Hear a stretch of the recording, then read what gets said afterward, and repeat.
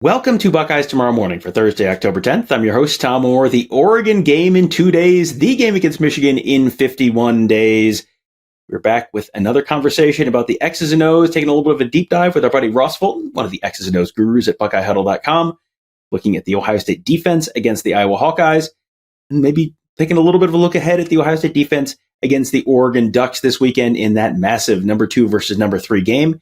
When we have Ross on the show, we're presented by Jeff Ruby Steakhouse, the award-winning upscale steakhouse in downtown Columbus, named one of the top 50 steakhouses in America by Food Network. Just go to jeffruby.com/Columbus to check out the menu and make a reservation today. All right, Ross, we're going to start with what they did, what they showed against Iowa.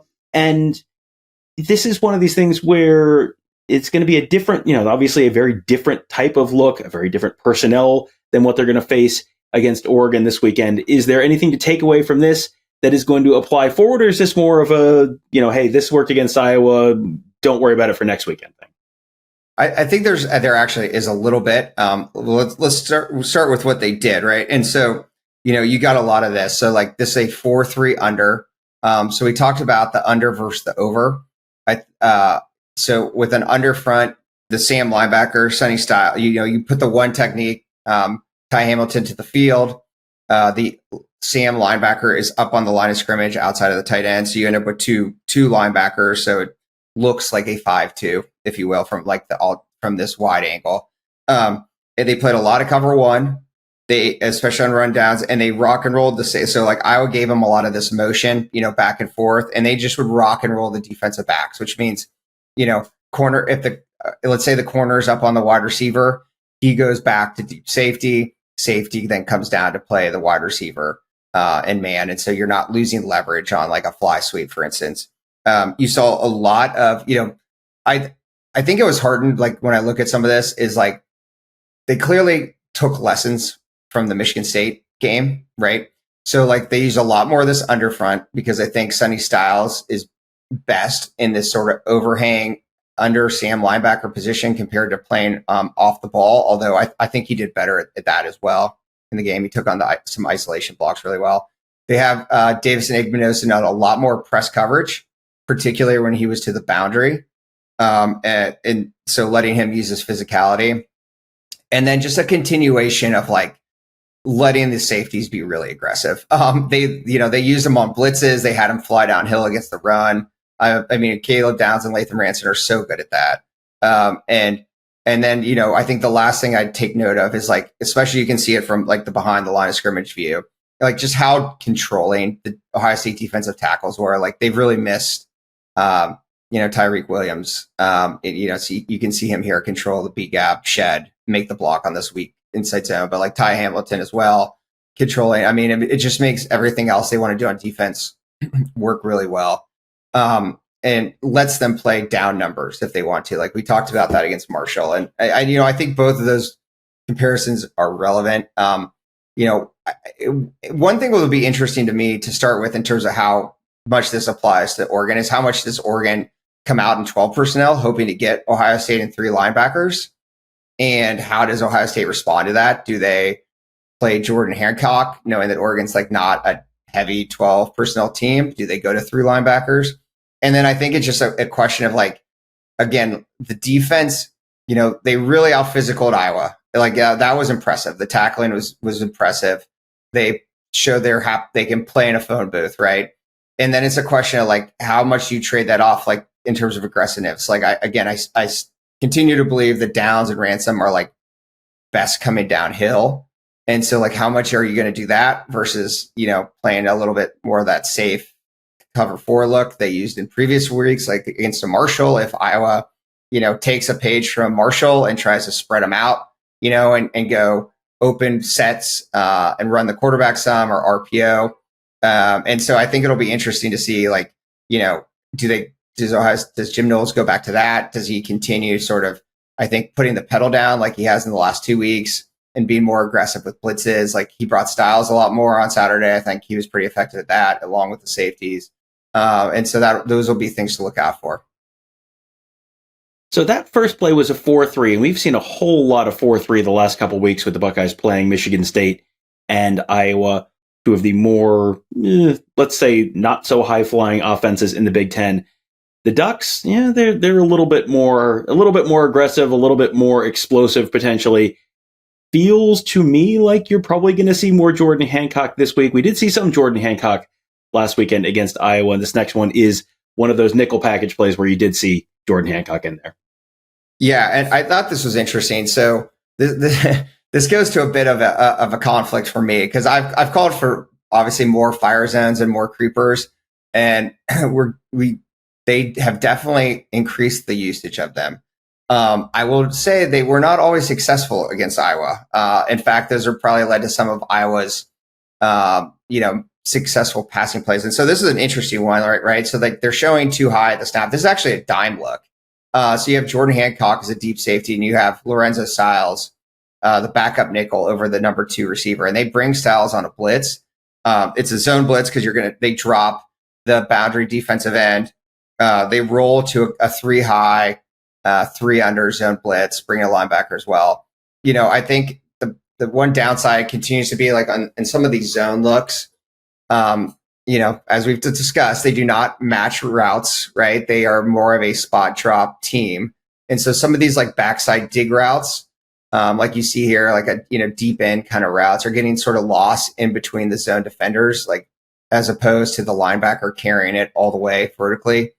And so I think part of it is they didn't rep any of this stuff the first 3 weeks, right? Like we talked about them being vanilla and not running a lot of this stuff. I guess the downside of doing that, it can be like now they're doing some of it for the first time in the game.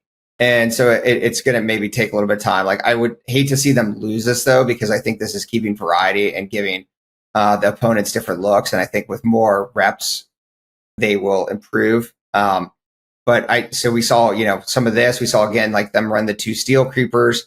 I was heartened regardless of the success of them, to see it continue to diversify the playbook because I think it's needed.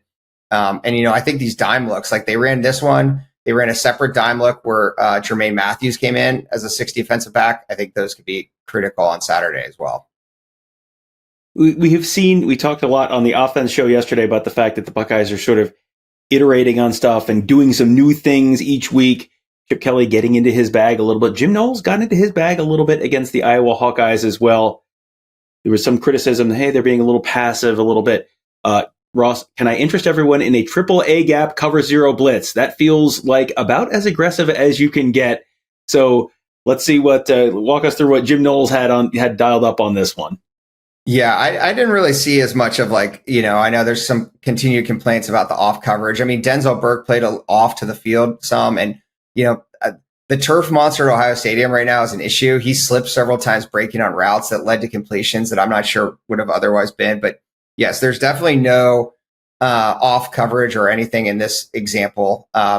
Everyone's pressed up. So they're going to bring both linebackers in the A gap, and then Caleb Downs comes flying down from center field, right? So the goal is to pick off the offensive line or running back. Really, you're probably going to get the center with one backer, a running back with the other, and that just opens a gap for Caleb Downs. And his explosiveness on these concepts from 20 yards away is pretty impressive. But what it is it's not just a pure cover 0 blitz. They're actually dropping both defensive tackles, who are actually defensive ends in this third down package, but they fake like they're rushing and then they drop into underneath coverage. So like the technical term sometimes it's called rats, which is just sort of like, there's a rat in the hole. And you can see how that takes away this sort of tight end, shallow cross or inside route that Cade McNamara could go to. And, sometimes this concept is referred to like as a train concept. Not sure why, but you get to, so basically you have no deep safety, but you do have a couple underneath zone defenders with eyes on the quarterback. The thought being like the quarterback's gonna have to dump it quickly. And so you want guys to impede that. And so we saw this once from Knowles or maybe a couple times last year. And so again, yes, as you said, I think these concepts are going to continue. So they are like to some of my complaints earlier this season, like mixing in 4-man pressures, 5-man pressures. This is like a 6-man pressure, and kind of coming up with different ways to impact the quarterback. All right. There have been pieces of this that have felt like they might apply more to the Oregon game or less to the Oregon game.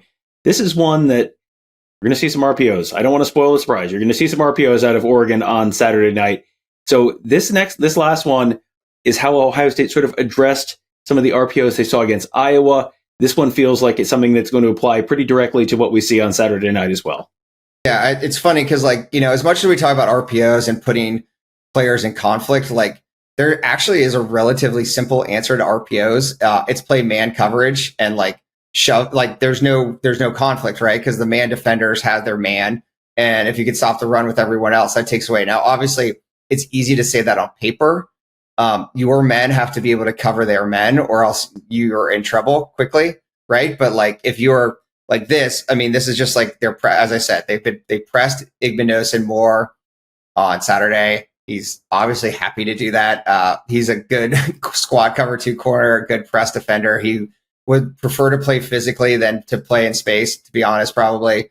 They have cover 1. So it's cover, the technical term is cover 1 lurk. All that means is Caleb Downs, as the safety, is responsible for the tight end. That frees up the linebackers. So the linebacker, in theory, if it's a pass play, whichever way the running back would release, that linebacker would have that running back in cover 1. But that frees them up to play the run play. You have a deep safety. But yeah, obviously this RPO has no chance. I guess McNamara is reading the linebacker, and when he sees him come down, he pulls to throw, but it's cover 1, and Igbenogson shoving the wide receiver out of bounds.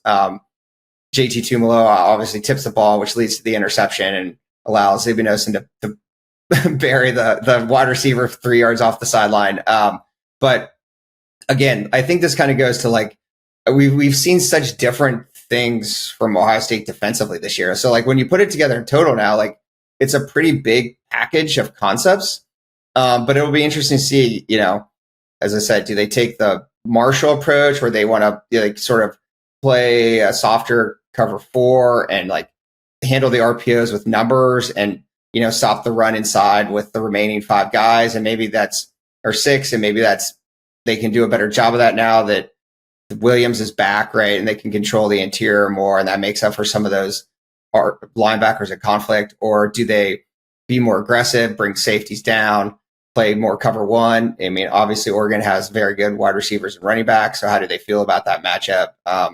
That's why, going back to my earlier comment, I like the concept of playing a dime on 3rd down when you're bringing in Jermaine Matthews as another cover corner. And so I think, and the answer may be some of all, right? Some of the above, and you keep mixing it up and try to pick your spots. But, I think they have shown an ability to do this. I don't worry about their ability to stop the run as long as they can gap things out. I think, there remains some issues with their zone coverage, that every team has exploited. And, if you look at the advanced stats, Ohio State's pass defense on dropbacks is not as good as everything else they've done this year. And so I think, that remains some questions of how they're going to handle the Oregon passing game, more just from a concept standpoint, less, can they do it? I think it's more just how do they want to do it? Well, we will find out how they want to do it on Saturday night inside Autzen Stadium. Number 2, Ohio State. Number 3, Oregon. Should be a doozy. I can't wait. This will be the last show you see me sitting in front of the familiar background at my house. Tomorrow's morning show, we will be coming to you, assuming the airlines do their part, from Portland, Oregon, home of the Oregon Ducks. Well, sort of close to the home of the Oregon Ducks. We'll have our show coming to you tomorrow. We'll hopefully, again, if all goes according to plan, have you a live show on Thursday evening as well at youtube.com/Buckeye Huddle. And then pretty much wall-to-wall coverage Friday and Saturday from Oregon. Tony, Kevin, and I will be out there for a little bit of an extended trip. This is a big game. We're making it a little bit more of a big trip. We'll have plenty of coverage for you all weekend long at BuckeyeHuddle.com and youtube.com/Buckeye Huddle. Thanks again to our sponsors, Jeff Ruby's Steakhouse of Columbus, proudly offering nationally acclaimed USDA prime steak, seafood and sushi, impeccable service, live entertainment, and an attention to detail that is simply unmatched. Just go to jeffruby.com/Columbus to check out the menu and make a reservation for today. That will do it for today. Thank you guys all for joining us. Have a great day. We'll see you tomorrow.